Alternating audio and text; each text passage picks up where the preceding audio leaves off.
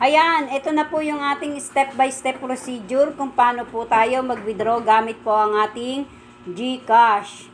Ito po yung pinaka-front ng ating pong Popo apps. Ayan. Meron po yung coins, meron din po siyang points. Ang pipindutin po natin ay yung ating pong points. Pag pindot po natin si points, ayan, makikita po natin, mag-a-appear po yung nakalagay ay withdraw now, exchange points for coins. Pipindutin po natin si withdraw now. Pagkapindot po natin si withdraw now, ayan po yung mag-a-appear. Makikita po nyo doon sa method. Ayan, pipindutin nyo po yung arrow na magkabilaan dito sa kanan. Ayan, pindutin po natin si method. Ayan po, mag-a-appear po dyan sa inyo kung saan po. ePay, USDT, GCash, Binance.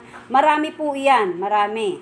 Kumbaga, mamimili po tayo. Pero, dahil nga po GCash, ang aking pong pinapaliwanag, pipindutin po natin dito ang view ng GCash.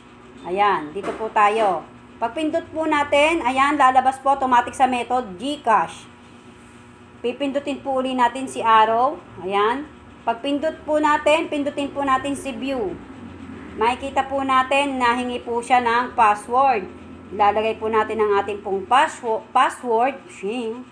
Tapos, wait lang po natin at mag-a-appear po dyan pagbigay po natin ng ating password. Ayan po ang lalabas.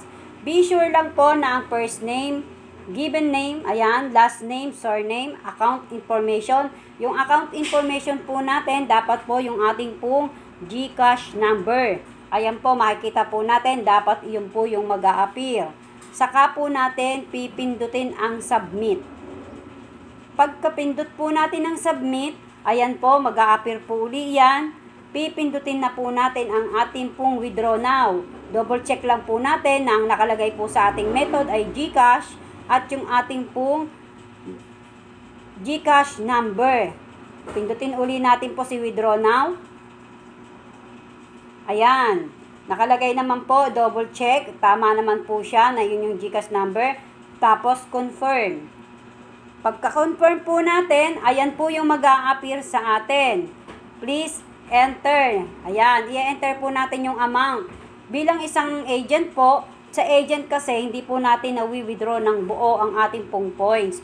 Hinihingian po tayo kung may $10, $20, $30, ganon, something. Kaya ang pinindot ko po ay $10 lang bilang isang agent. Ayan, pagkapindot ko po ng 10, saka ko po siya pipindutin yung submit. And then, confirm. Pagka-confirm po, hihingian po ulit tayo ng ating password. Lagay po natin ang ating password. Don't forget lang po na hindi natin nakakalimutan. Kasi paulit-ulit po natin gagamitin yan every time na every day o every tayo na tayo ay nag-withdraw. Ayan. Pagka-pindot po niyan, mag-exit na po tayo kasi nakita nyo naman po yung points to be confirmed, 96 na lang po. Ibig sabihin po, yun po ay na-withdraw nyo na po. Exit lang po tayo. Pinpahan natin sa exit. Ayan, kita nyo naman po, nabawasan na po yung ating coins. Ayan, nag-a-appear.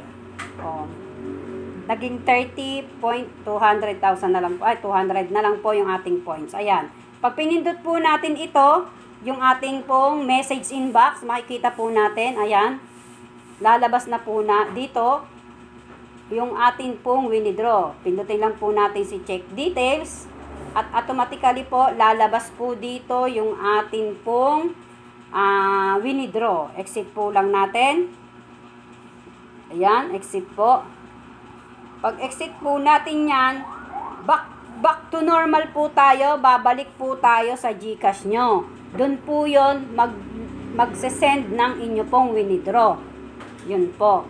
Ganyan po ang tamang procedure, step by step, kung paano tayo mag-withdraw ng ating pong GCash. Ayan po. Thank you po sa lahat po na nanonood. Don't forget to like and share. Bye-bye.